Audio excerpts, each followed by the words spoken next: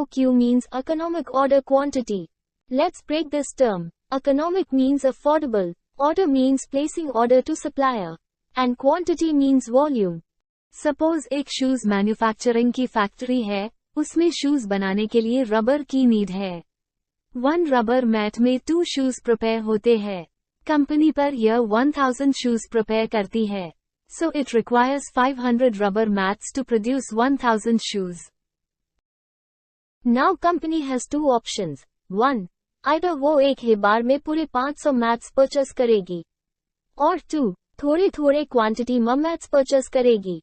अगर एक साथ टोटल 500 मैट्स परचेस किए तो cost required will be higher. But if company opts to purchase mats in specific quantity, then cost required will be lower. In how much quantity mats should be purchased जिससे कि overall cost less लगे, ये quantity को बोलते हैं economic order quantity. Formula for calculating economic order quantity is as below, where A is annual demand, O is ordering cost per order and C is carrying cost per unit per annum. Total cost is divided into 2 major types. First is purchasing cost and second is associate cost. जो cost units purchase करने के लिए incur होती है उसे purchasing cost कहते हैं. It is derived by multiplying total units with purchase cost per unit. Associate cost is divided into 2 types. First is ordering cost and second is carrying cost. जो cost units को store, carry, transport करने के लिए incur होती है, उसे carrying cost कहते हैं. Formula is average units multiplied by carrying cost per unit per annum.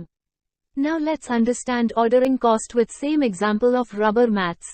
अगर कंपनी एक बार में 50 मैट्स की ऑर्डर देगी और होल ईयर कंपनी को 500 मैट्स की नीड है, तो टोटल 500 मैट्स रिसीव होने के लिए कंपनी को 10 टाइम्स ऑर्डर प्लेस करनी पड़ेगी. एक बार 50 मैट्स की ऑर्डर देने पर कॉस्ट इंकर होती है सपोज ₹100. To 10 times ऑर्डर देने पर कॉस्ट इंकर होगी 100 multiply by 10, that is ₹1000.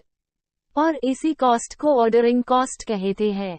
Therefore, ordering cost is equal to number of orders multiplied by ordering cost per order.